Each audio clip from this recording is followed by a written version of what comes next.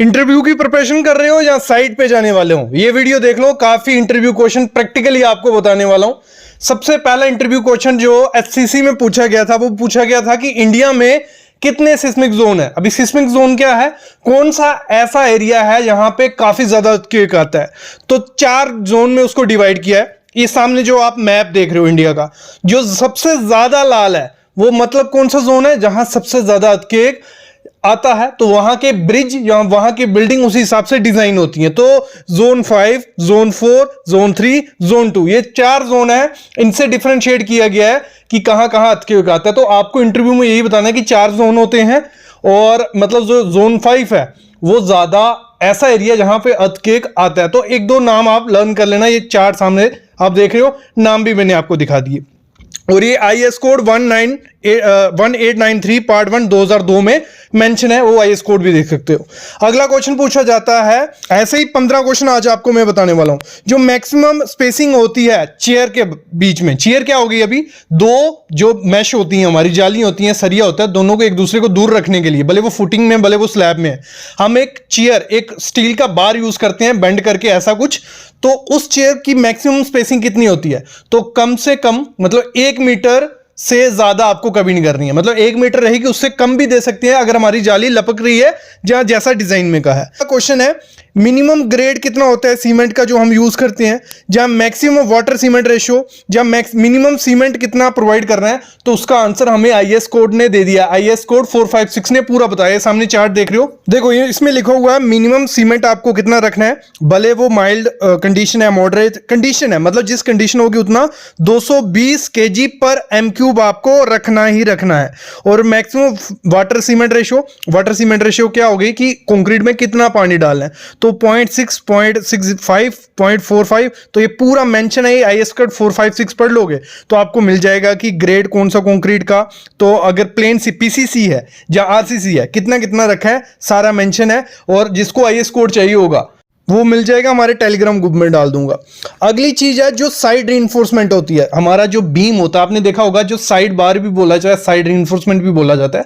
तो वो हमें देनी चाहिए कि नहीं देनी चाहिए? जी हाँ, अगर हमारी बीम की डेप्थ 750 mm से ज्यादा हो जाती है तब तो हमें देनी ही देनी है। बाकी जब डिजाइन हमें जो आर्किटेक्ट हमारे लिए या स्ट्रक्चरल इंजीनियर डिजाइन करता है कि ये बीम है हमारा और साइड बार देना है, तब भी आपको देनी है कि आपकी रीइंफोर्समेंट को, आपके स्टीरअप को वो पोजीशनिंग करके रखता है, एक जगह पकड़ के रखता है। तो साइड रीइंफोर्समेंट देनी होती है।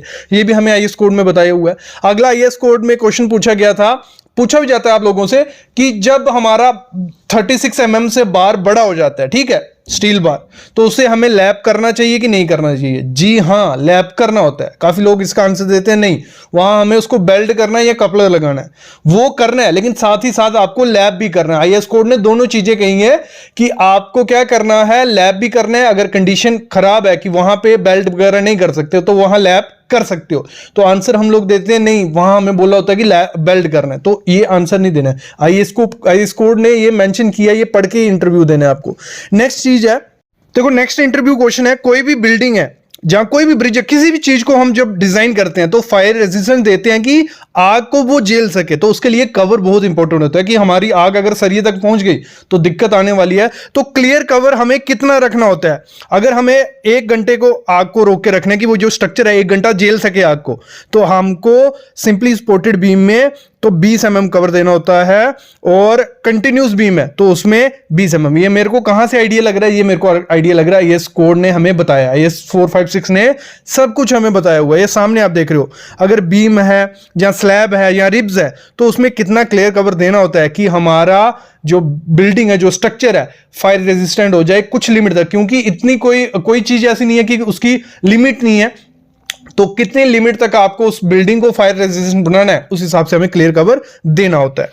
और आईएस कोड 456 ने हमें यह भी दिया हुआ है कि अगर कंडीशन माइल्ड हो, मॉडरेट हो, जहां मतलब जैसे पानी में हमें जो कवर ब्लॉक है उसका ज्यादा मोटा रखना पड़ता है, तो उस हिसाब से उसने कहा है कि माइल्ड नॉर्मल, अगर वहां पे मॉइस्चर वगैरह नहीं है, कोई दिक्कत नहीं है, तो 20 mm कवर दे सकते हो। जैसे मॉडरेट हो जाएगा 30 mm, एक्सट्रीम कंडीशन में जैसे पानी में, फुटिंग में, तो 75 mm हमें कवर देना होता है। तो ये आईएस कोड ने हमें पहले ही मेंशन किया। अगली चीज है, जो कंक्रीट के सैंपल हम करते हैं क्यूब टेस्ट के लिए, कंक्रीट टेस्ट स्ट्रेंथ चेक करते हैं, तो कितने क्यूब भरने होते हैं, ये भी हमें आईएस कोड ने बताया हुआ है। 1 से 5 mm अगर m³ कंक्रीट होगा तो एक सैंपल में हमें 6 नग भरने होते हैं, मतलब 3 हम 7 दिन पे करते हैं, 3 हम 28 दिन पे, और 6 से 15 एम क्यूब होगा 2 सैंपल, 16 से 30 3, और 31 से 50 4। तो इस तरीके से हम करते हैं, ये भी आईएस कोड ने हमें बताया हुआ है। अगली चीज हमें आईएस कोड कहता है कि जो आपको स्लम रखना होता है, स्लम टेस्ट करते हैं हम, वर्कबिलिटी चेक करते हैं कंक्रीट की, तो कितना होना चाहिए। देखो हाई स्लम्प हमारा 100 से 150 होना चाहिए जब हम बूम प्लेसर से कंक्रीट करते हैं, मतलब बड़ी बड़ी बिल्डिंग है तो टीएम को बूम प्लेसर लगाया जाता है तो फेंका जा रहा है कंक्रीट, तो उसके लिए स्लम्प ज्यादा चाहिए होता है। स्लम्प ज्यादा नहीं होगा कंक्रीट जाम हो जाएगा, तो 100 से 150।